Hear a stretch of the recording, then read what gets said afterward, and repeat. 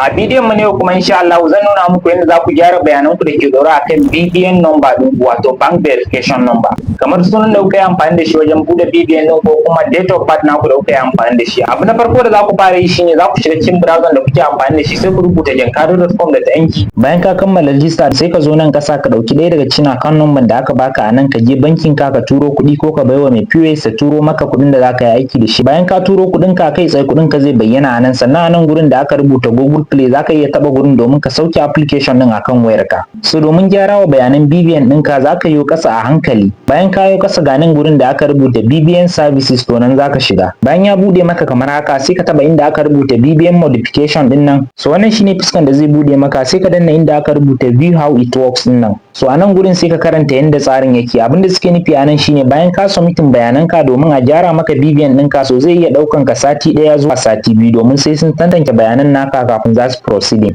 Sannan domin neman wani ƙarin bayani kuma za ka iya tuntuɓan wannan lambar kai sai a WhatsApp. To sai kuma ka yo ƙasa ka taɓa inda aka rubuta modification type ɗin nan. A nan gurin sai ka duba me kake son ka gyara. Idan suna kake so ka gyara, idan kuma lambar waya ko kuma date of birth ɗinka kake so ka gyara, sai ka duba abin da kake so ka gyara.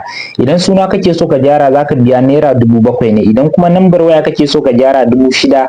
Idan kuma date of birth naka kake so ka gyara shi ma 6,000. A nan gurin sai ka zo ka sanya bayanan, za ka sanya BVN ɗinka da NIN ɗinka da kuma old date of birth ɗinka da kuma sabon da kake so ka yi amfani da shi. Idan kuma suna kake so ka gyara za ka zo ka sanya BVN number ka anan, sannan sai ka sanya NIN number ka anan.